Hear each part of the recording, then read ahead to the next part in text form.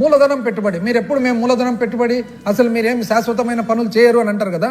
Last సంవత్సరం మేము చేసినది 23,300 కోట్లు, మీరు చేసేది 19,000 కోట్లు, మాకంటే 4,000 కోట్లు తక్కువ చేసినాను. మరి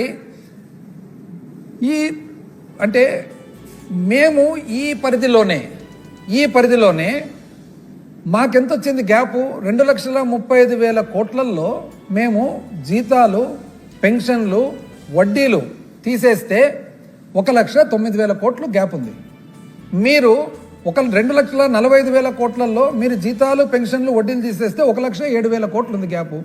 మాకు 1,09,000 కోట్లు ఉంది, మీకు 1,07,000 కోట్లు గ్యాప్ ఉంది. ఆ 1,09,000 కోట్లలోనే మేము ఇవన్నీ చేసినామండి.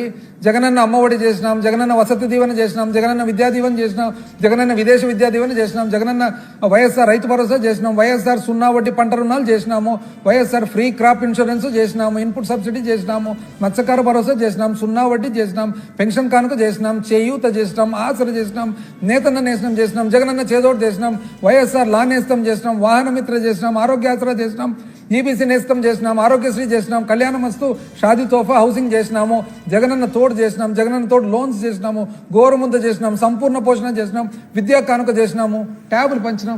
మీరు ఏం చేసినారు అని ఎక్కడ పోయింది డబ్బులు? ఇప్పుడు మేము అడగాల ప్రశ్న మిమ్మల్ని, ఎక్కడ పోయినాయి డబ్బులు? ఇప్పుడు మీ బడ్జెట్ మా బడ్జెట్ 10,000 కోట్లే తేడా.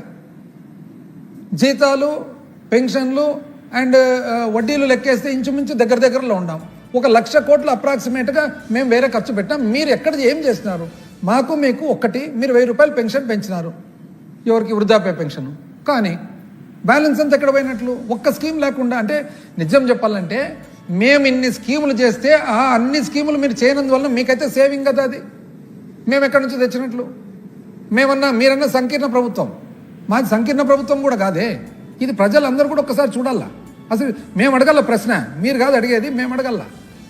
ఆయన చూస్తే పార్టీ పెట్టినదే ప్రశ్నించేదానికని చెప్పేది ఆయన ఇవన్నీ అడగడే సైలెంట్గా ఉన్నాడు. మీరు అడగల కదా, మీరు పార్టీ పెట్టినదే ప్రశ్నించేదాన్ని కదా. పైగా ప్రజలనే ప్రశ్నిస్తాడు ఆయన. ప్రజలు మిమ్మల్ని ప్రశ్నిస్తారండి ప్రభుత్వంలో ఉన్నప్పుడు. ఇది చాలా ఆశ్చర్యకరమైన విషయం. మీరు బయటకు వచ్చి చెప్పాల మళ్ళా.